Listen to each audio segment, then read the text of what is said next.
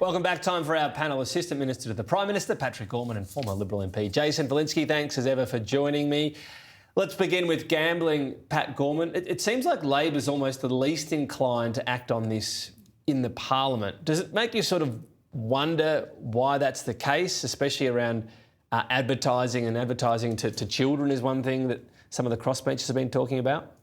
Tom, from where I sit, I don't know how you could possibly make that argument. If you looked in the first term, our government made some of the biggest changes we've seen in terms of helping those with gambling addictions to overcome those addictions and get the support that they need through BetStop, which has now helped 65,000 of our fellow Australians get the help and support they need. You look in this term of Parliament, we've introduced measures that will take gambling advertising off the radio when you're dropping the kids off from school or picking them up, mean that when kids go and buy a jersey of their favourite team, it doesn't have a gambling company on it. And we've also come to Parliament this week to negotiate in good faith, because we want to get this done and we want to see a package that comes into place on the 1st of January next year. Those conversations are happening in this building. Right, We've been really open about and those it. conversations, the Greens, a coalition, many of the crossbenchers, they all think you should go further. That's the basis of my question. That's whether it's right or not, that's true, isn't it? Well, again, firstly, we have done so much in our first term. We've put a significant package on the table, but we'll continue to hear from those views. I mean, this has been something that the Parliament's been talking about for many, many years. What I'm hopeful is that this week we can show the Australian people that we are going to get something done and make real changes that come into place on 1 January next year. Jason, you're very pro-choice in a broad sense. Where do you sit on this?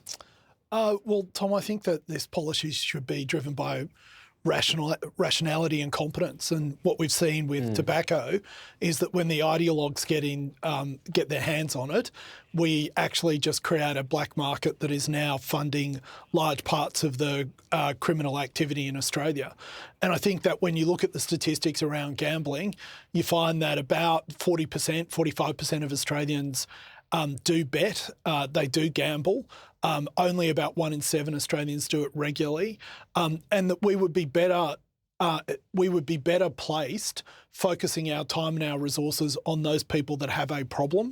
Right. To date, I think but blanket tobacco, bans don't no one's going to necessarily make it more expensive to bet, are they? No one's changing the product apart from inducements, I guess. Oh, you might be completely right about that. I'm not sure what you mean by inducements, though, there. Well, the only thing that would make it theoretically more expensive to gamble is not being able to, blanket offer out someone who's just lost money that day, here's a free $50 bonus bet. Theoretically, I guess that is making gambling more expensive. People might argue that that just leads to more losses. Oh, you could put a heavier tax on it if you wanted to. Look, I'm not entirely sure that any of that has really worked. So I'm interested to hear what some of the solutions might be. But when solutions that are driven from the same sort of ideological position that have driven solutions around tobacco, they've resulted in more people actually smoking more nicotine and us getting less tax revenue for it.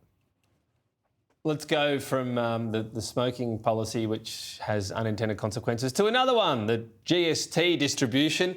So the Productivity Commission is looking into this, Pat. Are you going to, as a government, the broad you, not you individually, read the report, see the merits of it, or will the PM just head to Perth and sign on his wrist, never ever on the GST, and continue that hard-driven policy debate? Well, let's put a few facts on the table as we have this debate across the course of this week with the shadowed release of the Productivity Commission's report. The thing that's worth remembering is that back in... Shadow release? You're not happy with the PC? The foreshadowed. Okay. 2018, the Productivity Commission looked at the GST, and as a result of the Productivity Commission looking at the GST and the Parliament considering that report, we ended up with the arrangement that we have now, which is ensuring that every state and territory gets a fair share, including Western Australia, where it really wasn't working. But hang on, you have not enacted what the Parliament did not enact what it was told to last time. Oh, the Productivity Commission gives advice to government, and But you made it sound like here's a report and the Parliament did it. That's not what happened. It's not what we've ended up with. No, I sequentially took it through, and we ended up with a good, fair deal for all states, including my home state of Western Australia. Now, what we've said really clearly is that the WA GST deal is rock solid. That deal makes sure that schools can be built in my electorate. It's funding the East Perth Primary School in my electorate right now. And I will stand up for that, as I have every day that I've been... But hang on, the WA budget is in the best, and debt and deficit and everything is in the best state in the entire country. You can't say because of the GST deal a school gets built. That's like saying without it a school wouldn't get built. That's what the GST's always been there to fund for all of the states and territories, Tom, which is to fund schools, hospitals, but if the normal services. horizontal fiscal equalisation was happening, there would still be schools built in WA, wouldn't there? It's important that every state who contributes to the GST pool gets a fair share of that GST pool. And if you look at Western Australia, we would have had foreshadowing of the West Australian public only getting some, 31 cents, then down to 18 cents in the dollar. That would have been unacceptable. And I don't think Jason or anyone could have said that that was a fair and equitable tax system. Well, but you can argue having the floor that happens to end up with a whole heap of iron ore on the electorate, and Tassie doesn't have any. This is the whole point of the GST. And that's why for every dollar of GST that Western Australia contributes, some 25 cents of that dollar goes into the pool for other states. That's sensible. Jason, I haven't forgotten about you. Maybe I was saying what you'd say anyway, although you usually pick me up on something I've missaid, so I'm sure you'll do that. Well, do you think your colleagues are going to join you in your strident opposition to this, or are they just too concerned about WA seats and trying to actually, well, not so much hold on to them, but win some back?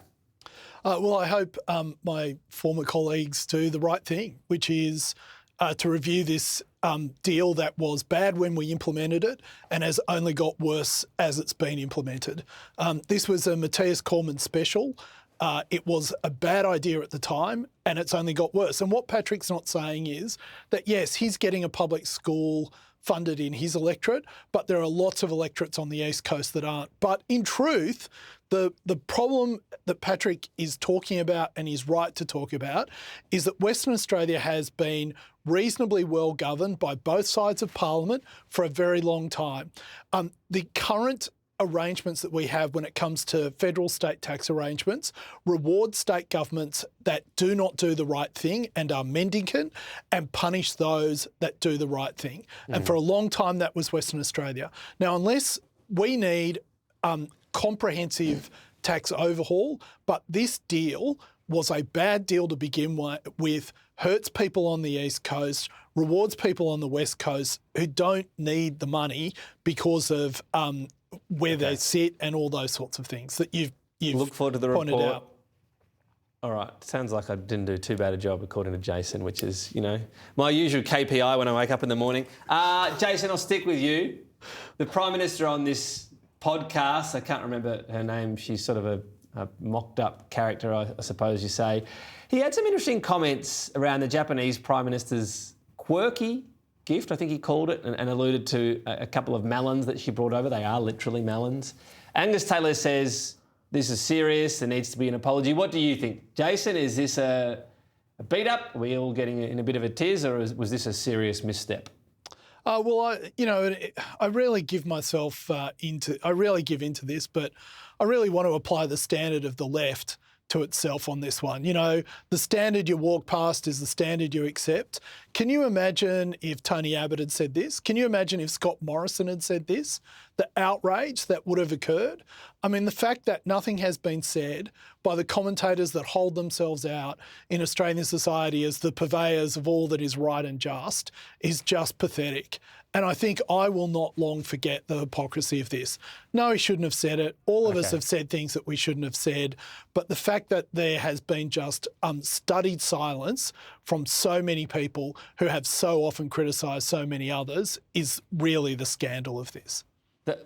That point from Jason, Patrick, if Tony Abbott or Scott Morrison had said this, there would be strong criticism from Labor, wouldn't there? Oh, look, I don't think so, because this was Really? a podcast. This was a light-hearted podcast that was more than a month old. I think... Well, it wasn't a month old when it happened. Well, I don't know why we're still talking about it, Tom. I don't. So as long as it's a month ago, it's all fine. No, I mean, what I'm saying is that I don't think there's anything to see here when it comes to a light-hearted podcast. It was talking about a gift. I think there's some, not those speaking on behalf of the relevant government, but others who've got views. That's fine. We're a democracy. People can express their views.